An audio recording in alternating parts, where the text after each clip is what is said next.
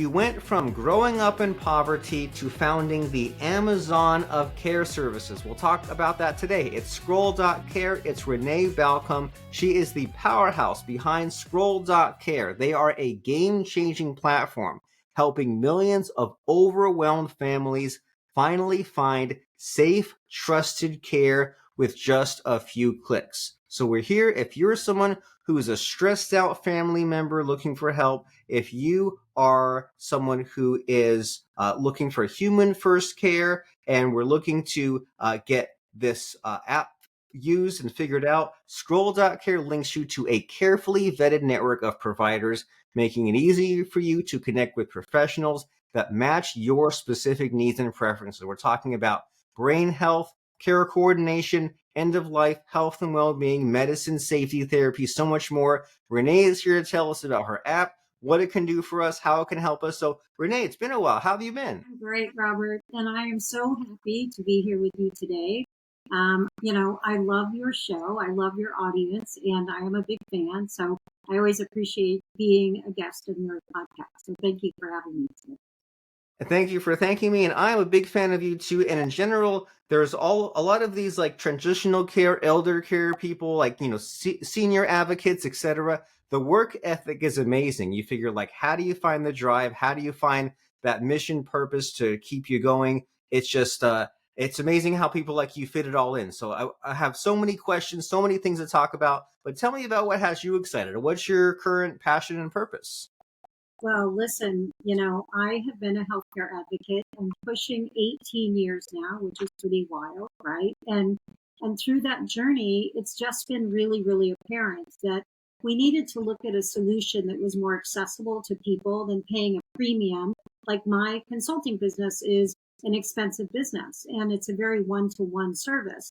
So, a few years back, as you know, I started on the journey of trying to figure out how do we use technology to actually bring care services to everybody, because everybody deserves to have a venue and an avenue for that that's clear, cut, safe, and reliable. And so, a couple of years ago, I pulled the trigger on the idea and went into development on my app, which is called Scroll.care. It is a web-based app. We can talk a little bit about that technology, but it is, you can go onto any search engine and pull up Scroll.care and enter the app. It's been I believe it's my life's journey. I believe it's my life's purpose. So it's been quite an experience. We went beta in December of last year, had a really good beta test in the greater Sacramento, California area. And we went live in Sacramento, California in January of this year. So and we're starting to see some great traction. I'm really excited and hoping to be able to start scaling the app in the next, I would say, 6 to 12 months, all the way across the United States. Very exciting. You're out for world domination. And to help us understand, like, who is this for? Because like when I see it, my first impression is like, okay, there's, mom or dad is having memory problems, or maybe I'm mom or dad and I'm looking into like assisted living, or there's been a slip and fall. But you tell me, like, what's the starting point? What would trigger someone to look into Scroll.care? Great question. It's interesting because when I started down the journey of developing Scroll 6 years ago, I was really very focused on the aging population. But COVID redirected me and really showed me that young families need care solutions as well, because there's nothing worse than your teenage daughter going off the rails and you're trying to figure out how I'm going to help her, right? Or suddenly, your care services, who's ever maybe helping with babysitting or whatever, doesn't show up. Or you're going on a vacation, you have everything set up, from a friend of a friend to look after your animal, and then they don't show up, right? They call, I can't do it. So we started recalibrating Scroll to provide services in the entire continuum of care. So the whole care spectrum, everything from cradle to grave, right? Including pet care. And the reason that we focused on pet care as well is because I've seen so many people as a healthcare advocate refuse to get procedures or even go on vacation because there's no one to take care of their animals and there was no one they trusted. So So we added that as a category on Scroll, where we vet, animal care providers, dog walkers, people that will clean your yard, people that come in and take care of your cat's needs, even large animal care. So we have a whole section for animal care on the app. Basically, there are 15 vertical categories at the top of the app and 172 sub-verticals underneath those categories. An example would be home care, right? So when we think of home care, we can think of someone coming in and, cleaning our house. We can think of someone coming in and taking care of us, like as that's a nurse or an assistant, maybe a bather. So within that category of home care, there's several subcategories. And as I said, there's 15 verticals and I think it's 172 sub-verticals. We're working right now, we just released version 2 of the app, and we're working right now to pull that down to 8 and then kind of start putting some of those subcategories together and just making it easier to navigate through the app for those categories. But we have very robust, lots of content, lots of great providers. And as you mentioned, every single provider, one of the tenets of Scroll is that every provider is fully vetted. So we're in partnership with Checker, Checker's the background people that do Uber and your Uber driver and anyone that's delivering groceries or any deliveries to your home, like Instacart, DoorDash. They're all Uber or all Checker clients. So we contracted with them.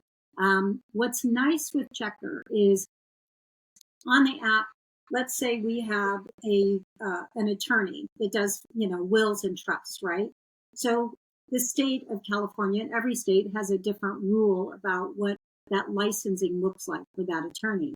And Checker goes state by state by state and will background and make certain that you're compliant with your licensing based on your category of profession. So honestly, when we started developing the app, this was a big hurdle for me to try to figure out, like how are we going to guarantee backgrounding and making certain that all of our providers are vetted and within compliance in their licensing when every state was a little different. And then someone said, hey, you need to check out Checker. And when I did, I was blown away by their capabilities. So they're a contract partner with us, and I'm very, very happy with their service. And that is cool just to know, like, behind the scenes, right? That there's these middle layers in there, right? There's Checker if you want to make an app of any kind and vet people, in the same way that there's like AWS, there's Amazon to like host your app.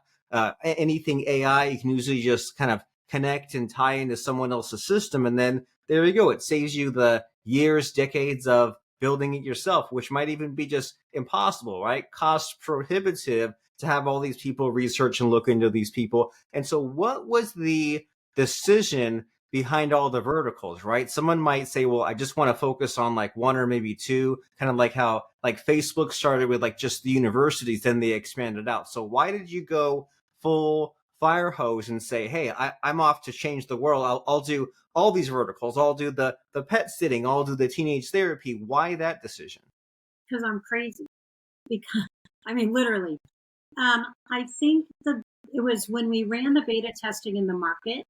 A lot of it was market requests, like, oh, I wish I had this. I wish I could find this, right? One of the interesting responses that we got from the market, which honestly I was not anticipating at all, was, young adults that said, oh, this is kind of a parent, like, teach me how to be an adult, an adulting app. And I was just like, okay. And they said, look, we need something that can give us, secure guidelines about, things like a therapist or, how to choose a roommate or how to choose an auto mechanic. Like, though none of that exists within their world. And a lot of these young people are coming up and, they're raising themselves. We've seen a tremendous impact on the opioid crisis in families, and a lot of young people impacted by that. And they're not being taught these things, and they're certainly not being taught in school. So we actually have an adulting category on the app that's just services for people 25 and younger, probably 28 and younger.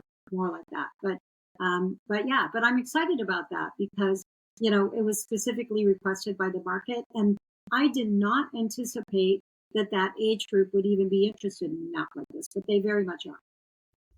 And that's what's the fun thing about software, isn't it? That it's about the people, right? And you create something and you make like your best guess, you make your prototype, you try it out, and then you get those unexpected uses for it. And any of us that have used any kind of computer, right? You look at like the early versions of Windows versus now, it's changed based on someone said, hey, I like it better if I didn't have to click there, if I clicked that instead, or if there was a button here, or if there was an extra feature. It's just kind of fun to have that feedback loop, isn't it? To say, hey, this was totally unexpected, the under 25s, the adulting, even figuring out things like oil change. And that opens up kind of that fun branching in our conversation here of it's not just matchmaking, is it? It's not just like a directory, you find your provider. Like there's other resources in the app too, isn't there? Yeah, yeah. In fact, I was in meetings today.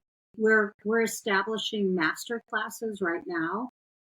We're calling it our knowledge center, and what can happen. So, as an example, someone may say, Robert, you need a fiduciary, and you're thinking, okay, number one, what is that? Number two, how do I pick one? And I don't even know what questions to ask, right? Like most of us would just be kind of lost in a meeting with a fiduciary, and we're going to trust anyone that walks in the room and says they're a fiduciary.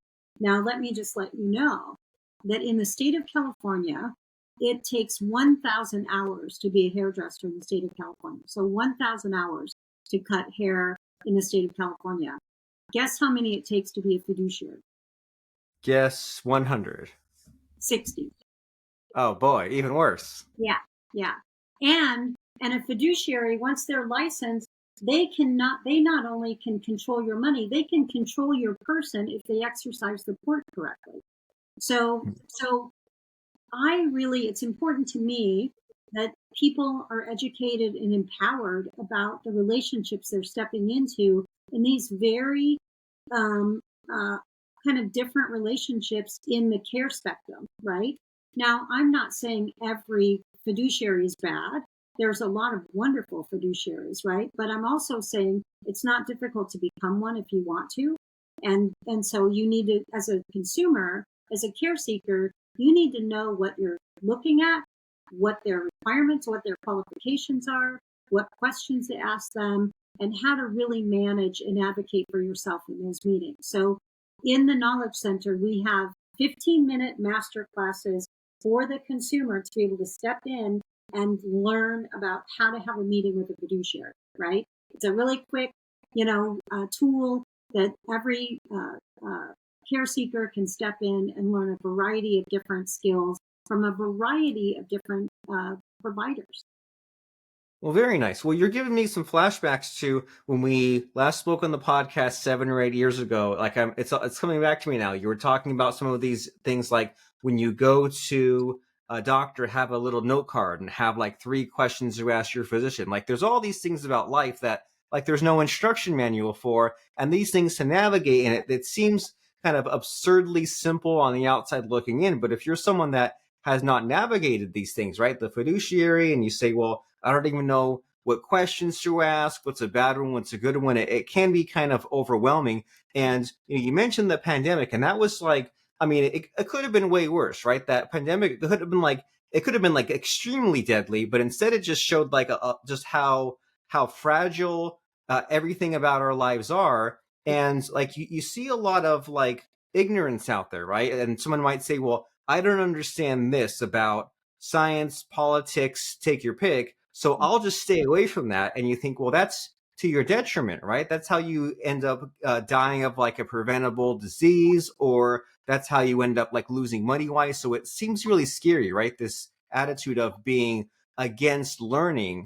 And so it seems like the people that win in life at any age are those who are curious and those that say, hey, I've got to figure out my retirement. I've got to figure out my health, even though it's uncomfortable, a pain in the butt. That's what adulting is, right? That's I have to learn. So as far as giving us this life advice, right? Using your app or just kind of navigating the problems, especially if someone says, I don't feel like getting out of bed today, right? I don't feel like figuring out how to have my dog a babysat or how to get an oil change. Like, what would you say as far as just the life advice that the kids need these days? You know, I have such a heart for young people today because I think um, you know, there's a lot of missed messages coming out, right? There's a lot of instant gratification, a lot of false um, relationships through social media, and I feel like we're just really eroding the confidence of our young people by continuously feeding that. And yet, in my experience, the younger generation, I mean, these people have great heart, right? They want to see a better world. They want to see improvements around them. And I feel like they might just feel a little bit stuck. And how do I actually make a contribution, right? I believe, listen, I grew up in Silicon Valley. I was in Silicon Valley back in the day when it was rocking and rolling, right? I was a female in Silicon Valley when that was unheard of to be in tech. And I, grew up there and went up the ivory tower and became a CEO there and spent a lot of years with people just telling me what they thought I wanted to hear. And there were times that was glorious, right? But only when life shifted and I had to come out of the ivory tower and learn how to really serve other people did I learn about myself. And did I learn about what the sweet spots are in life? You would think it would have been up in the ivory tower, but it wasn't. It was down helping people, looking people in the eye that needed help, and having them genuinely thank you and know that you just affected their life. And if I could message anything to young people today, it's get out of bed, go knock on your neighbor's door, say, hey, I'm going to the grocery store. Can I pick up something for you? Watch how surprised and elated they are that you even just knocked on their door, right? And then Yeah. just start engaging as a human with other humans. And when we start doing that, when we bring humanity back into our world and we start showing our kids how to do that, I promise you we're gonna heal our wounds. And every generation will heal their wounds, right? I mean, we see that with young kids. We watch our children. Our children are so open. I have grandkids now. So I have a little 3-year-old grandson. And I'm telling you, he's the friendliest little boy. He walks into a room, hey, he's living in Texas and he is a Texas boy all the way, right? But he never meets a stranger and he's very polite and kind to people. And he really works to kind of lift up the room, which is amazing to watch a 3-year-old do that, right? They're great energy. And somewhere in life, we throw salvos at these kids where they put themselves in a room and they don't want to come out. And I think we have to help them work their way out of the room and back into humanity because they have something to bring to all of us. I promise you they do. I haven't met any that didn't have some point of wisdom or a point of view that wasn't of value.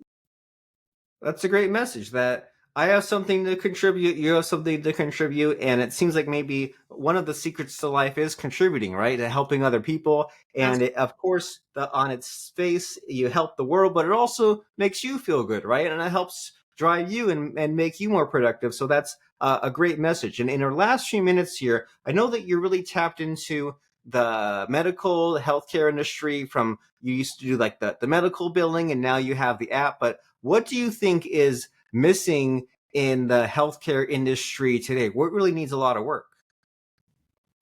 I believe people need to be seen and heard, and they're not being seen and heard anymore. We go in, they process us. It's transactional, and the medical system is not stopping.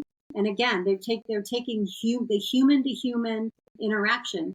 It's interesting to go from technology to care services and then now back to technology, right? But my technology scroll is about introducing the care seeker to the human provider, right? It's about reaching out and making certain that humanity is there first, not tech first, but humanity is there first. Because I don't believe we can ever, ever successfully take humanity out of care. I just don't. the one thing that I see, and as a healthcare advocate, that to be honest with you, I have really stood against, is the fact that you go into a medical appointment and they're just in a hurry. They put you through their protocols and you're not seen and heard. So we have to start demanding that. And that's the one thing. I was just on a panel conference a few weeks ago, and that's the one thing medicine needs to change. Everyone in the room deserves to be, everyone that was in that conference, everyone listening today deserves to be seen and heard through medicine and through their care providers. I have to tell you, I have a good friend that was diagnosed with ALS, and she just had this experience. They want her to have palliative care, which is, close to end of life care, right? But they want to do it virtually. Well, I flipped the lid. I'm like, no way. How is that even possible, right? If they want to care for you, they're not going to do it through a screen. They have to come to your home. They have to look at your baseline. They need to look at what your daily struggle is every day. And she was, she was just going to accept that, they said they couldn't come here. And I said, then we'll get a different service. There's thousands of them. And that's exactly what we did. We got a different service who's eager to go to her home and spend time with her and provide care for her outside of a computer screen and outside of technology, human to human, right? So, Yeah. So that way, if I could change anything, I would change that yesterday. Well, that's a great mission to be on, to say, well, let's use technology to make us more human to human and not less, because the choice is up to us, isn't it? The system that we built, and that's why you saw a gap in the system, and you said that you'd create Scroll.care. And in our final minutes of our discussion here, Miss Renee Balcom, I know that there's probably a really good, thoughtful, and amazing question that I could ask you, but I'm going to cheat a little bit and have you figure it out for me. So in this conversation we're having, what's the missing question? What should I be asking you? I just don't know to ask you.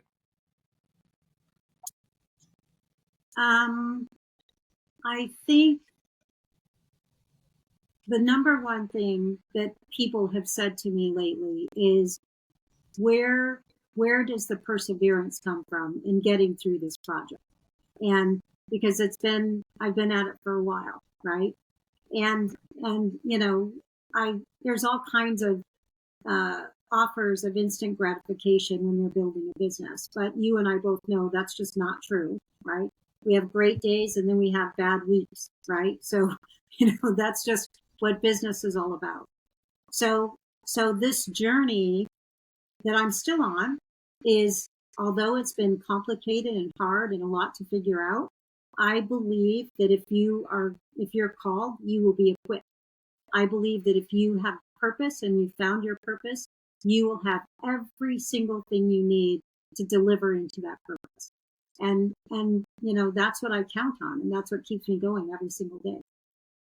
You'll figure it out. And I love the life lessons you've been dispensing. There's that, and there was the just getting over the instant gratification, right? Everyone else's lives, especially on social media, look so great and wonderful, and they figured it all out instantly, immediately, and you think, oh, I'm so behind. But like, we're all struggling, right? We're all trying to figure it out. We all have our own conflicts and turmoil, and that's just part of that human experience. And we need to kind of move forward with the optimism, positivity, and figure these things out, especially using Scroll.care to get any of, when whatever vertical we're in, get our care situation figured out. And so what's the next step here? Is it just to go to Scroll.care? Yeah, right now, any care seeker can jump on Scroll.care with no charge. We're not charging for that service. We're bringing on our care providers, and again, we're establishing in the greater Sacramento area. Right now, we have 65 providers, and we're striving to have 500. That I feel that's the right number for the population in this area. But anyone that wants to jump on can look at it and experience it and make recommendations. So I'm eager to see more and more care seekers jump on. And even if you're not in Sacramento and you want to just experience the app, just jump on and navigate the app and send me some information. Tell me what you think. I can be reached really simply, Renee, Renee, at Scroll.care. So you can reach me directly, and I'm happy to hear from anybody that wants to give me feedback. Very nice. Renee at Scroll.care. And we've already used this technology for Uber, for Instacart, for the dating sites, and why not put it forth for our own personal healthcare. It's Scroll.care is the place to go. Scroll.care. And as we're heading to Scroll.care and signing up and looking into these care providers that can help us, it's time for the scary part of the show, Miss Renee, where I try to stump you. I try to put you on the spot by asking about a fun quote or lesson that has served you. So what comes to mind as far as a fun quote or lesson? Ooh, a fun quote or lesson. Never, ever, ever, ever give up. I Ever. like it. Never, ever, ever, a million evers in the middle there. Keep going, figure it out. Never, ever, ever, ever, ever, ever, ever give up, especially as you go to Scroll.care. Go there, get educated, and sign up. There are trusted, vetted providers, like you mentioned with Checker. There are smart search tools, direct provider contact. You can save and organize your preferred providers and get this one-on-one care support and these amazing master classes that are coming soon that Renee was talking about. It's an amazing app. Use it. It will revolutionize the way you access care. Go to Scroll.care right now. You'll be glad you did. And thanks, Miss Renee, for showing up, educating us, entertaining us, telling us about what's possible, what we should do by signing up to Scroll.care. Thanks for being here. Yeah, thank you. Thanks for having me. God bless you.